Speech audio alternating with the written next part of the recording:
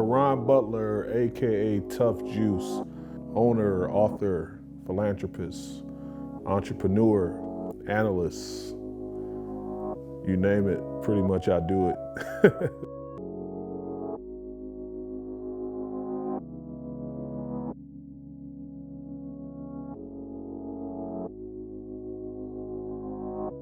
Tuff Juice come from, pretty much my upbringing, from a guy that, went through a ton of adversity and wasn't a guy that gave in to anything. And I took that disposition to the association, the NBA. And, whether it was playing with a broke hand, whether it was playing, immediately after surgeries and things like that, one of my best coaches I ever had, Coach Eddie Jordan, said, man, you a tough motherfucker. And that's how it came. He was like, yo, I'm gonna start calling you Tuff Juice. All right, cool. All right, brother, I'll see you at Tuff Juice, man. Thank you, Caron. I appreciate you taking the call, man. All day, family. I tell people all the time, like, if you can run a game, you can run a business. If you can, police yourself in those environments, if you can, manage personalities, if you can understand the art of the business deal to save your life in that environment, you easily can, thread and make the seamless transition into corporate. Now we're selling products that enhance the lives of people. I started off with franchises of Burger King, and we ended up doing 6 that led up to 13. And then I pivoted out that space and went into like a healthy component, of doing, vegan restaurants and doing juice buds and graduate hotels and real estate. So like I wanted to do things that enhance the life and the lifestyle of people. Early in my career when I was playing and active, year 3, year 4, I was already investing, because I grew up where, I was getting eviction notices on my home and, me and my mom, hiding in the house when the landlord comes, like making sure we didn't make noise. So he put an eviction notice on the door and I hated that fucking feeling. And, seeing my mother go through that trauma and myself going through that trauma, I was like, man, I never want to, like my kids to feel like this. I want to be an owner. I want to provide like a better housing for, people. If I was an owner, this is how it'd be, and I wouldn't have that type of relationship with my tenants. And I understand like the hardships, and it's a cap on the salaries that you can possibly make. So if people rent from me, I'm gonna understand that it's Christmas, so 2 weeks, late rent. I wouldn't mind that. Think this little things that I think about, and me and my family think about now that we're owners in this space. Like we treat our residents like people. We don't treat them like things. You know what I mean? Like we show appreciation to them.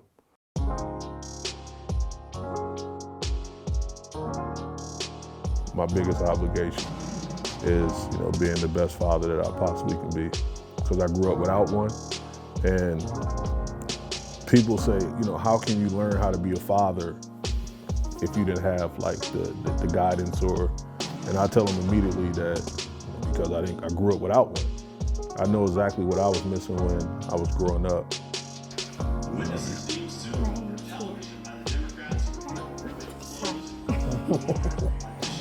I try to fill that void and overfill it. You know what I mean? If that makes any sense. Gigi? Ava? Y'all buckled up? Yeah. So you can't touch my eye. First name, Chia. I'll never forget, we had a routine visit to the pediatrician. It was March 7th. Me and my wife go to see the pediatrician with our daughter Gia, who's 7 at the time, on March 7th at roughly about 11 a.m. And immediately they discovered something was wrong from her urine sample. And from that, I was like, well, when is her next appointment? Let us know. They're like, no, we just called 911. The ambulance is on the way.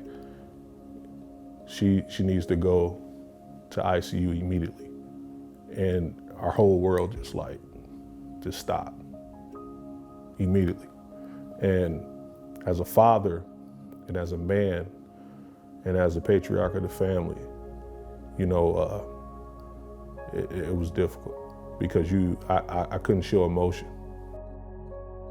And just needle after needle, every 30 minutes around the clock. my wife, you know, struggling to cope and deal with it, and me just trying to figure out like how to manage. And that was like one of the toughest moments in my life. I think I was there like 3 days straight without like leaving the room. And my wife finally told me to go get something to eat for Gia because she was tired of eating the hospital food, and they said that she could finally have food because they discovered that she was type 1 diabetic and she had an underperforming pancreas. And her immune system was being affected. You know, Lord willing, we had great insurance, we had great resources. The JDRF team rallied around us and connected us with all the necessary people to keep her functioning at a high level. And, you know, now she's doing really well. She's become, you know, a huge advocate in the face of JDRF. 5, 4, 3, 2, 1.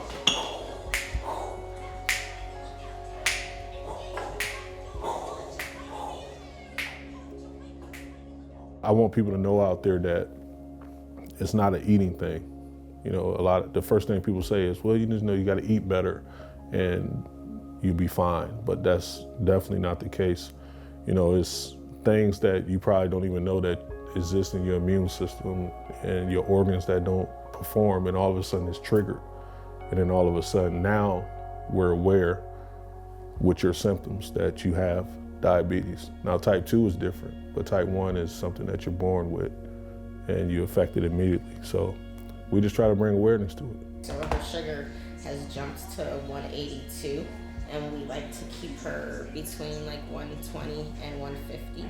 So if I don't give her insulin now, by the time she gets to school, she'll be in the 200s. Okay. And then she'll be beeping. Her alarms will beep. So I always try to feed her a little earlier so I can give her insulin before she even gets in class, because she hates when her alarm goes off. These are like her snacks for diabetes.